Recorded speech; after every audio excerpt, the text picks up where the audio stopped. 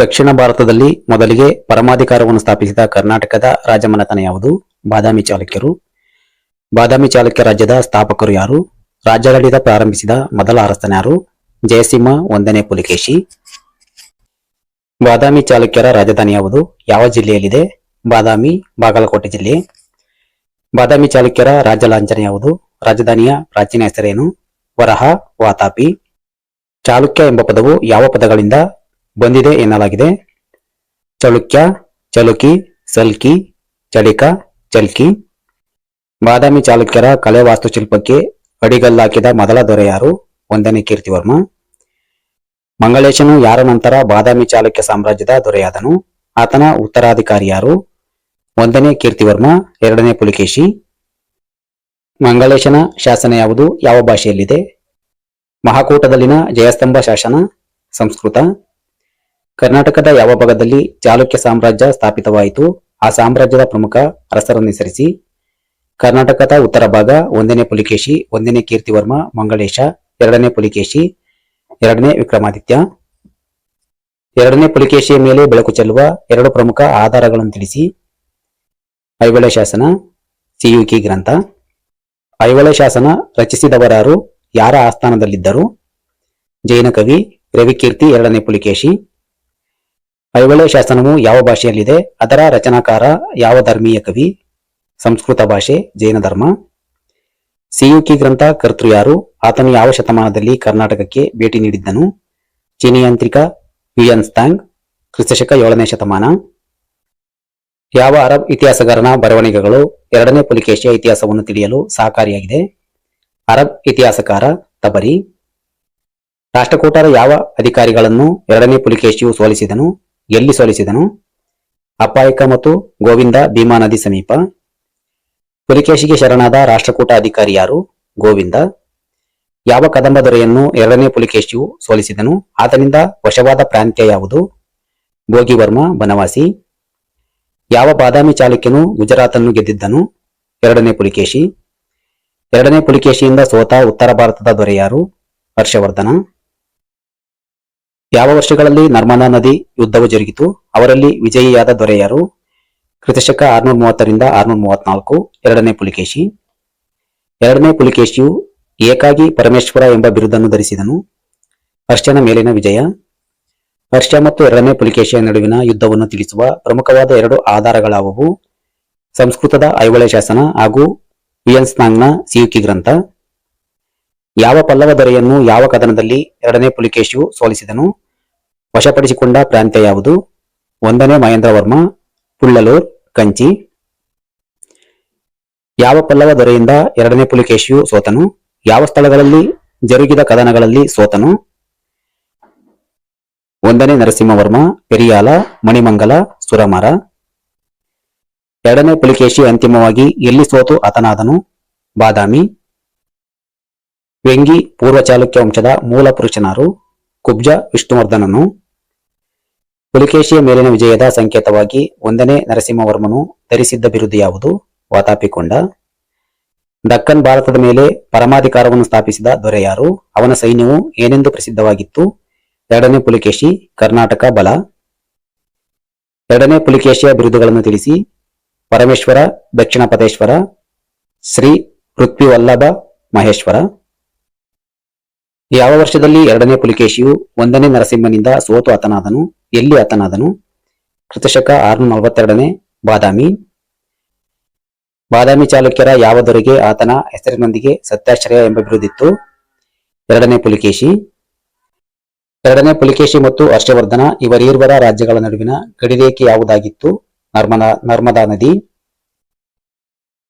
ಪಟ್ಟದಕಲ್ಲಿನ ವಿಜಯೇಶ್ವರ ದೇವಾಲಯವನ್ನು ನಿರ್ಮಿಸಿದವರಾರು? ಅದರ ಹಿಂದಿನ ಹೆಸರೇನು? ವಿಜಯಾದಿತ್ಯ ಸಂಗಮೇಶ್ವರ. ದಕ್ಷಿಣ ಪಥ ಸುಧಾರಕ ಎಂಬ ಬಿರುದನ್ನು ಧರಿಸಿದ ಚಾಲುಕ್ಯ ಅರಸನಾರು? ಯಾವ ವಿದೇಶಿಯರ ಉಪಟಳವನ್ನು ಅಡಗಿಸಿದನು? ಎರಡನೇ ವಿಕ್ರಮಾದಿತ್ಯ. ಅರಬ್ಬರ ಉಪಟಳವನ್ನು ಅಡಗಿಸಿದನು. ಎರಡನೇ ವಿಕ್ರಮಾದಿತ್ಯನ ಕಾಲದಲ್ಲಿ ನಿರ್ಮಿತವಾದ ಪ್ರಮುಖವಾದ ಎರಡು ದೇವಾಲಯಗಳನ್ನು ತಿಳಿಸಿ. ಎಲ್ಲಿ ನಿರ್ಮಿಸಲಾಯಿತು? ಲೋಕೇಶ್ವರ, ತ್ರೈಲೋಕೇಶ್ವರ ದೇವಾಲಯ, ಪಟ್ಟದಕಲ್ಲು.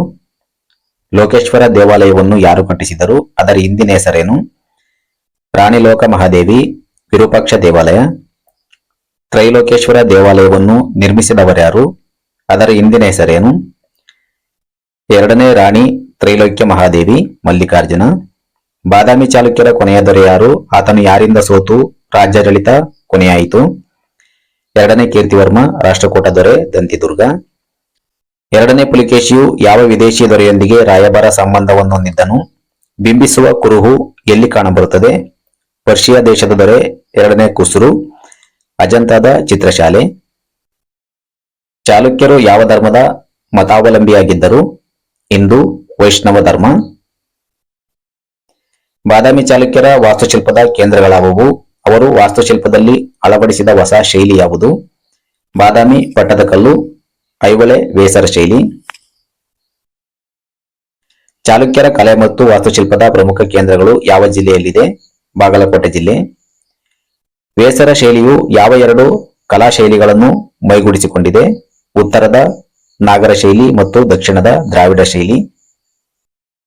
ಚಾಲುಕ್ಯರ ಯಾವ ವಾಸ್ತುಶಿಲ್ಪದ ಕೇಂದ್ರವನ್ನು ಭಾರತೀಯ ಕಲೆ ವಾಸ್ತುಶಿಲ್ಪದ ತೊಟ್ಟಿಲು ಎಂದು ಕರೆಯಲಾಗಿದೆ? ವರ್ಣಿಸಿದ ವಿದ್ವಾಂಸನಾರು? ಐಹೊಳೆ ಪರ್ಷಿಯಾದ ಪರ್ಷಿ ಬ್ರೌನ್. ಬಾದಾಮಿ ಚಾಲುಕ್ಯರಿಗೆ ಎದುರಾದ ರಾಜ ಮನೆತನಗಳಾವುವು? ಪೂರ್ವದ ಕಳಿಂಗ, ಕೋಸಲ.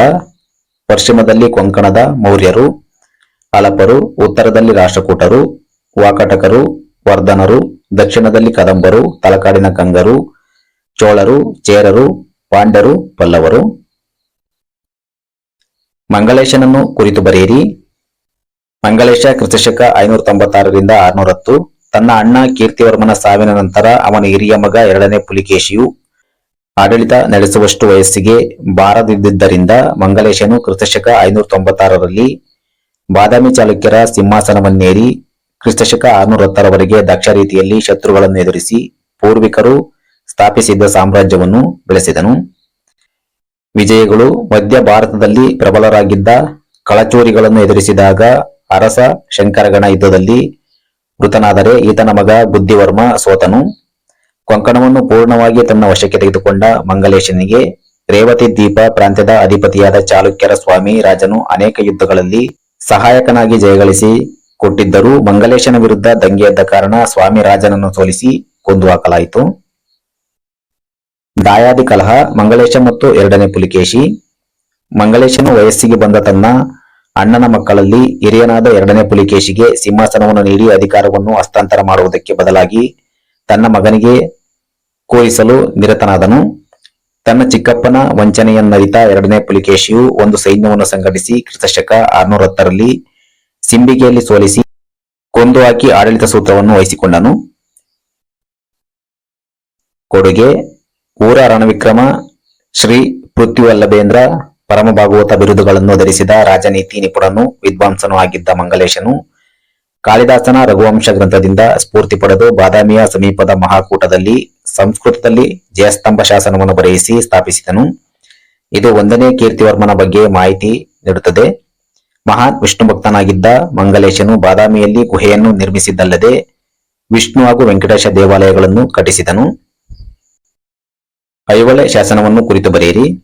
ಎರಡನೇ ಪುಲಿಕೇಶಿಯ ಆಸ್ಥಾನದ ಜೈನ ಕವಿ ರವಿಕೀರ್ತಿಯಿಂದ ರಚಿತವಾದ ಸಂಸ್ಕೃತ ಭಾಷೆ ಹಾಗೂ ಕನ್ನಡ ಲಿಪಿಯಲ್ಲಿನ ಐಹೊಳೆ ಶಾಸನ.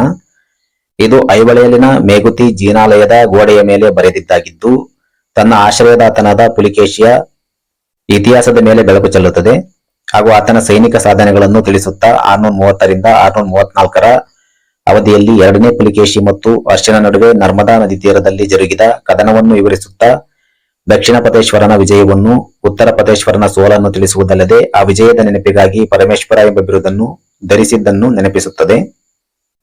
ಬಾದಾಮಿ ಚಾಲುಕ್ಯರ ಸಂಸ್ಕೃತ ಶಾಸನಗಳು ಯಾವ ಲಿಪಿಯಲ್ಲಿ ಬರೆಯಲ್ಪಟ್ಟಿವೆ? ಅವರ ಕಾಲದ ಸಾಹಿತ್ಯವನ್ನು ವಿವರಿಸಿ. ಕನ್ನಡ ಲಿಪಿ. ಸಂಸ್ಕೃತ ಮತ್ತು ಕನ್ನಡ ಭಾಷೆಗಳು ಬಾದಾಮಿ ಚಾಲುಕ್ಯರಲ್ಲಿ ವಿಶೇಷವಾದ ಮಾನ್ಯತೆ ಪಡೆದು ಆ ಭಾಷೆಗಳಲ್ಲಿ ಕಾವ್ಯಗಳಂತಹ ಹಲವಾರು ಶಾಸನಗಳು, ಗ್ರಂಥಗಳು ರಾಜರುಗಳಿಂದ ಹಾಗೂ ರಾಜಾಶ್ರಯ ಪಡೆದ ಕವಿವರ್ಯರಿಂದ ರಚಿತವಾದ ಆಗಿನ ಕಾಲದ ಸಾಹಿತ್ಯದ ಕಿರುಕಾಣಿಕೆಯಾಗಿ ಸಾಂಸ್ಕೃತಿಕ ಕೊಡುಗೆಗಳಲ್ಲಿ ಸೇರಲ್ಪಟ್ಟಿವೆ. ಬಾದಾಮಿಯಲ್ಲಿನ ಕಪ್ಪೆ ಅರಭಟನ ಕನ್ನಡದ ಬಾದಾಮಿ ಶಾಸನವು ಕನ್ನಡ ತ್ರಿಪದಿಯಲ್ಲಿರುವ ಛಂದಸ್ಸಿನ ಒಂದು ಪುಟ್ಟ ಕಾವ್ಯವಾಗಿದೆ. ಸಂಸ್ಕೃತದ ಮಹಾಕವಿ ಕಾಳಿದಾಸನ ರಾಘವಂಶ ಗ್ರಂಥದಿಂದ ಸ್ಫೂರ್ತಿ ಪಡೆದ ಮಂಗಲೇಶನು ಬಾದಾಮಿಯಲ್ಲಿನ ಮಹಾಕೂಟದಲ್ಲಿ ಜಯಸ್ತಂಭ ಶಾಸನವನ್ನು ಸಂಸ್ಕೃತ ಭಾಷೆಯಲ್ಲಿ ರಚಿಸಿದನು. ಕಾಳಿದಾಸನಿಗೂ ಭಾರವಿಗೂ ಹೋಲಿಕೆಯನ್ನು ಹೊಂದಿರುವ ರವಿಕೀರ್ತಿಯು ಎರಡನೇ ಪುಲಿಕೇಶಿಯ ಆಸ್ಥಾನದಲ್ಲಿದ್ದು ಸಂಸ್ಕೃತ ಭಾಷೆಯಲ್ಲಿ ಐಹೊಳೆ ಶಾಸನವನ್ನು ರಚಿಸಿದ್ದು ಇದು 4 ಸಾಲುಗಳಿಂದ ಕೂಡಿರುವ ಪುಟ್ಟ ಕಾವ್ಯದಂತಿದೆ.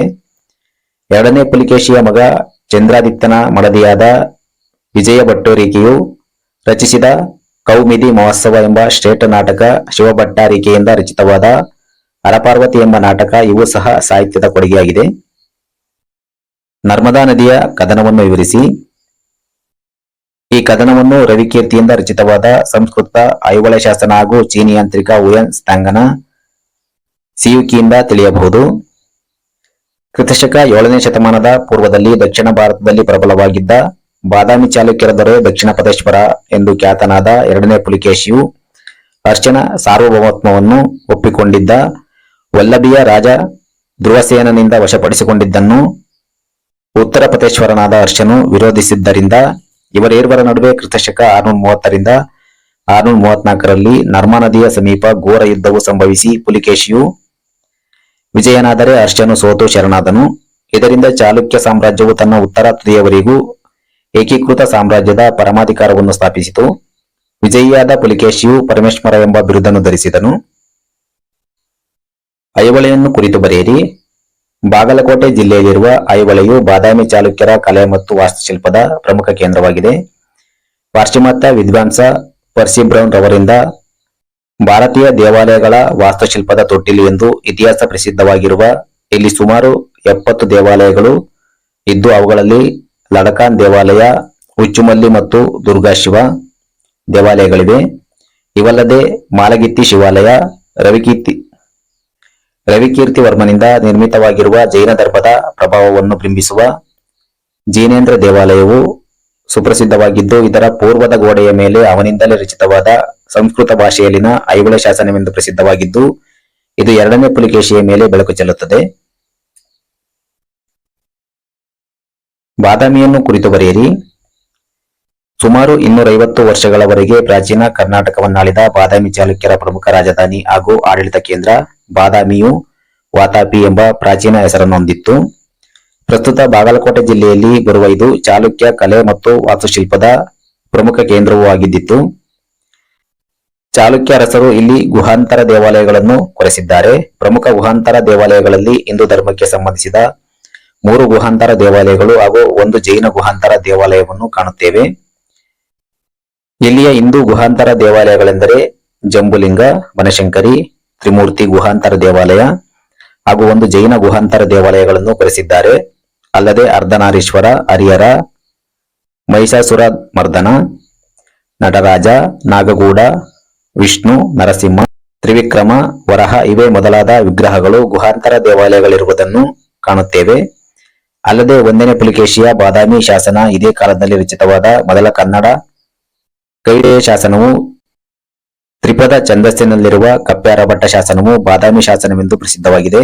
ಮಂಗಳೇಶನ ಮಹಾಕೂಟ, ಜಯಸ್ತಂಭ ಶಾಸನಗಳಿಂದ ಬಾದಾಮಿ ಚಾಲುಕ್ಯರ ಇತಿಹಾಸದ ಪುಟದಲ್ಲಿ ಬಾದಾಮಿಯು ಅಮರವಾಗಿದೆ. ಪಟ್ಟದಕಲ್ಲನ್ನು ಕುರಿತು ಬರೆಯಿರಿ. ಪ್ರಸ್ತುತ ಬಾಗಲಕೋಟೆ ಜಿಲ್ಲೆ ಬಾದಾಮಿ ತಾಲೂಕಿನ ಪಟ್ಟದಕಲ್ಲು ಬಾದಾಮಿ ಚಾಲುಕ್ಯರ ಕಲೆ ಮತ್ತು ವಾಸ್ತುಶಿಲ್ಪದಲ್ಲಿನ ವೈಶಿಷ್ಟ್ಯತೆ ಕೇಂದ್ರವಾಗಿದ್ದು ಹಲವಾರು ದೇಗುಲಗಳಲ್ಲಿನ ವಿಮಾನಗಳು ದ್ರಾವಿಡ ಮತ್ತು ನಾಗರ ಶೈಲಿಗಳೆರಡರಲ್ಲೂ ರಚನೆಯಾಗಿವೆ. ಅವುಗಳಲ್ಲಿ ನಾಗರ ಶೈಲಿಯ ಪಾಪನಾಥೇಶ್ವರ, ಜಂಬುಲಿಂಗ, ಕಾಡಸಿದ್ದೇಶ್ವರ, ಕಾಶಿನಾಥ, ಗಳಗನಾಥ ಉದಾಹರಣೆಯಾದರೆ ದ್ರಾವಿಡ ಶೈಲಿಯಲ್ಲಿನ ಸಂಗಮೇಶ್ವರ, ವಿರೂಪಾಕ್ಷ, ಮಲ್ಲಿಕಾರ್ಜುನ, ಜೈನ ನಾರಾಯಣ, ಚಂದ್ರಶೇಖರ ದೇವಾಲಯಗಳು ಅಮರವಾಗಿವೆ. ಬಾದಾಮಿ ಚಾಲುಕ್ಯರ ಕಾಲದ ವಿರೂಪಾಕ್ಷ ದೇವಾಲಯವನ್ನು ಕುರಿತು ಬರೆಯಿರಿ. ವಿರೂಪಾಕ್ಷ ದೇವಾಲಯ ಬಾಗಲಕೋಟೆ ಜಿಲ್ಲೆ ಬಾದಾಮಿ ತಾಲೂಕು ಪಟ್ಟದಕಲ್ಲಿನಲ್ಲಿರುವ 2ನೇ ವಿಕ್ರಮಾದಿತ್ಯನ ರಾಣಿಯಾದ ಲೋಕಮಹಾದೇವಿಯ ಕಟ್ಟಿಸಿದ ದ್ರಾವಿಡ ಶೈಲಿಯ ವಿರೂಪಾಕ್ಷ ದೇವಾಲಯವು ಅತ್ಯಂತ ಭವ್ಯವಾಗಿದೆ.